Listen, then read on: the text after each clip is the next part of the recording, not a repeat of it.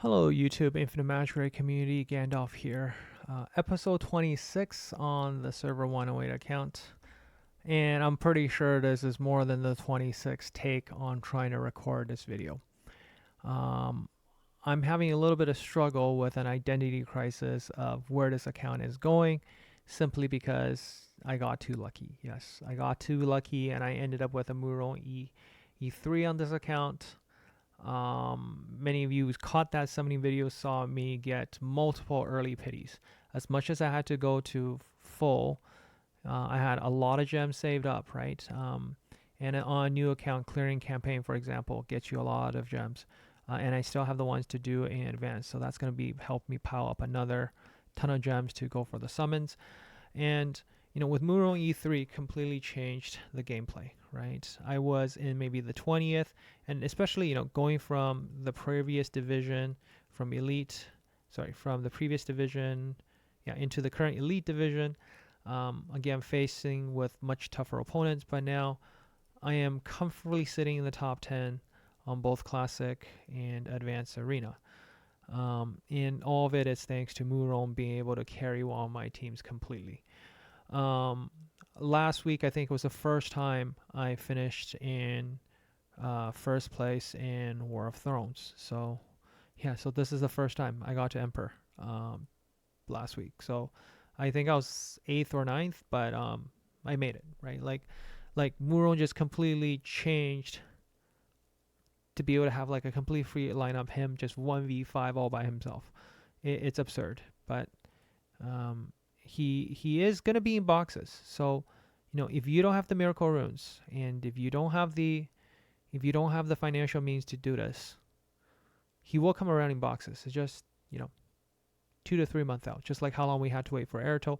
And I'm sure there will be packs that come out in the coming month, just like how Airto did come back on a surprise box a little bit early, but it did cost on the more expensive side, like about $180 or so to get one copy, right? So if you happen to have miracles, I will be releasing a video very shortly to talk about the brand new hero Lance, and that will help you decide. Do you want to save for Lance, or want to just see if you can push a little bit further, and just to see if you can, you know, get him right. You probably saved up a little bit more gems now and a little bit more summons during this week, for example, through championship and the championship pass over here, right? So, and you have the ability to pick up like 30 really cheap miracles there. So with Muro, it was a game changer. It really changed my gameplay. I'm farming much higher stage of rum. Maybe 2 weeks ago I was in the low 30s, but now you can see I'm pushing towards the high 30s and farming really stably. Maybe even trying to push for stage 40 soon. On manual clears, I can probably do 40 for sure with DMU and Indra's help.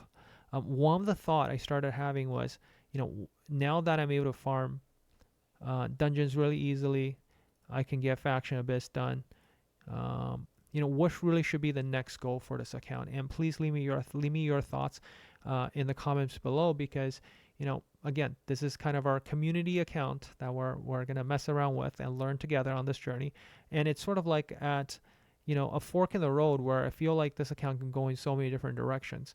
Um, in my mind, I'm leaning towards starting building out more teams better suited for Sages of Seven Luli, simply because this is a time gated content that's going to help you with breakthroughs, and breakthroughs do give a lot of extra stats. That's very valuable. So once you're able to steamroll and kind of just get ahead of the competition and sustain it, you're just simply going to have higher level heroes, which will help you win in all aspects of the content and sustain that lead. Um, Another thought is, start thinking of building out some of my PvP heroes. Like, I had a hero box waiting here for a long time. I was really tempted to pick Popper over Narch because I don't have a Narch yet.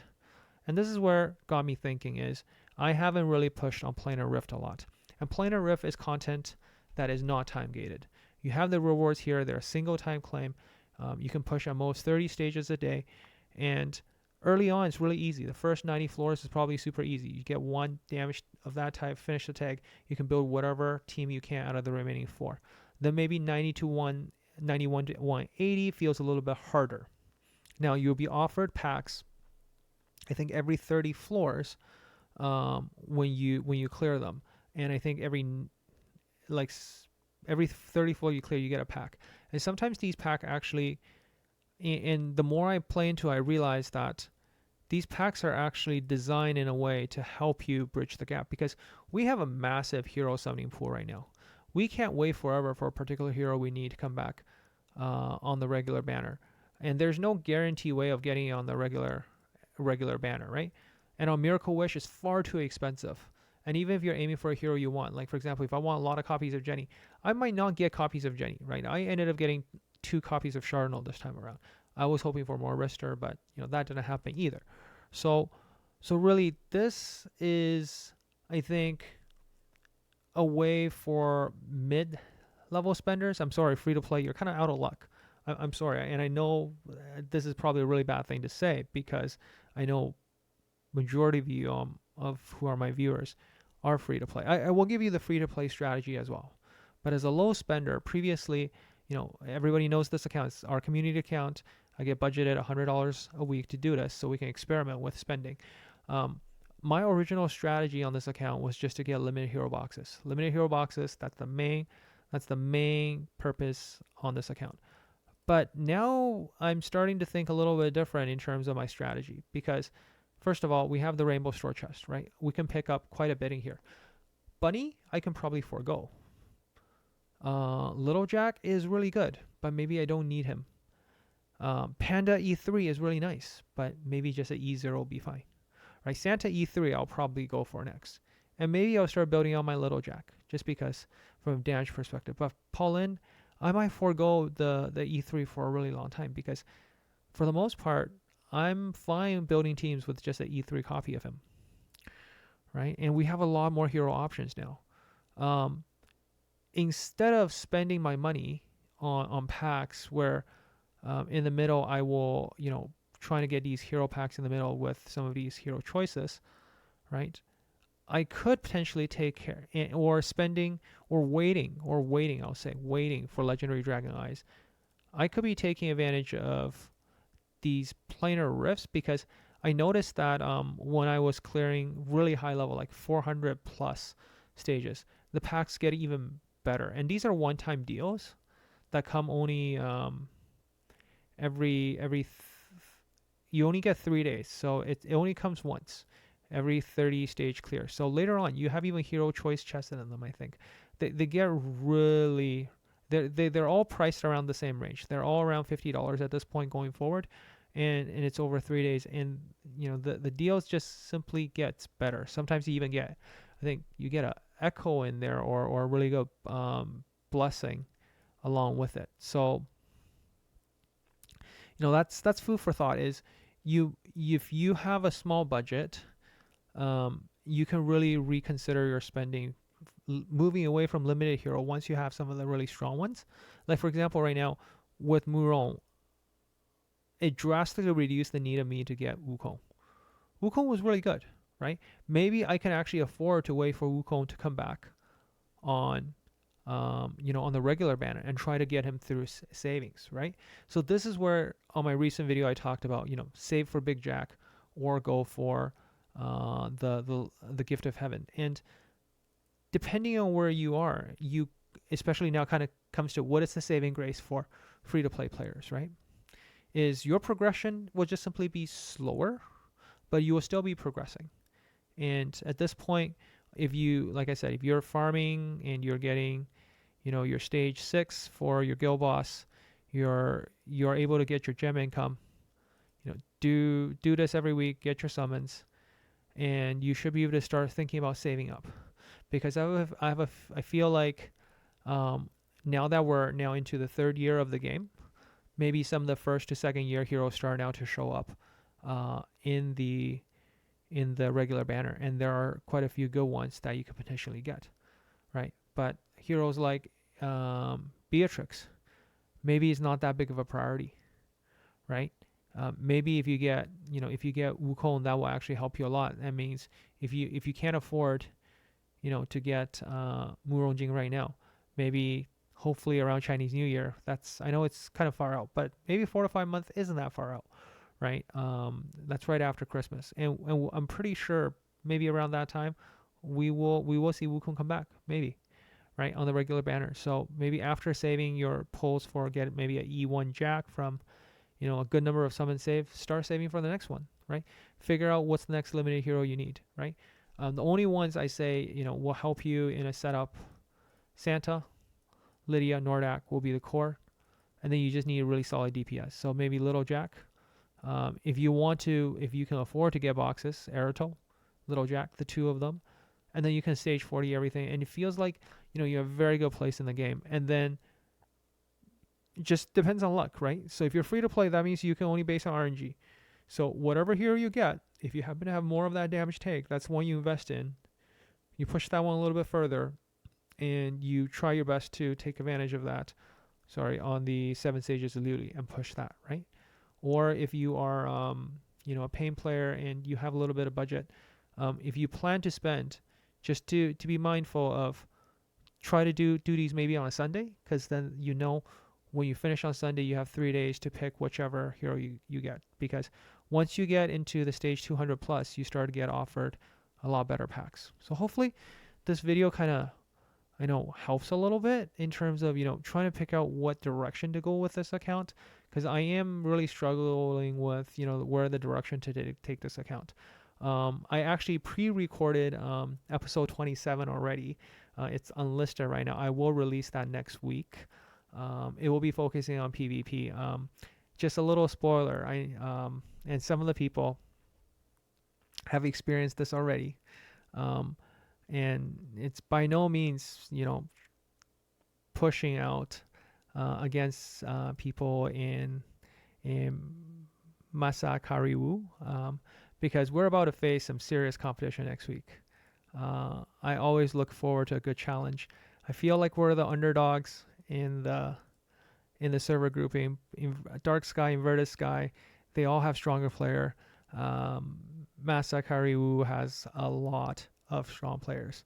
I don't think we're gonna beat them. I think it will be at least a good test of a strength, and just to see how far we have come as a guild. I pre-recorded something on building PvP team that I've already shared. I'll release that video next week once the guild arena starts. And hopefully with that video, it'll help everyone with their PvP team building as well. So that's kind of the spoiler for next episode. And, hopefully this episode, for those of you who kind of finished, your mid-game content, where to push next, right? Before, people would have said, okay, I want to start working towards that Aegisa E2. I want to work towards that Aegisa E3, right? That's really not a key priority anymore, right? So if you watch them the older video, you're like, I finished that, and, this is what I want to work on. Nope. Your priority really is 7 Stage of Luli at this point. And hopefully, that helps you with your next step in the game. And I'm perfectly fine being called a beginner, because I don't see myself getting to 270 stages in Faction Abyss anytime soon. At this point, is whatever we get from our draws, from our heroes, is where we go.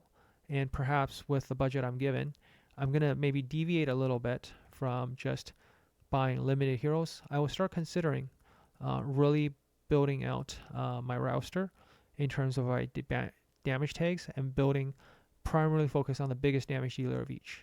So for example, Chelsea is the biggest damage dealer for burn. I think Narch or actually Lysander could potentially be the biggest damage dealer for bleed between Narch and Lysander.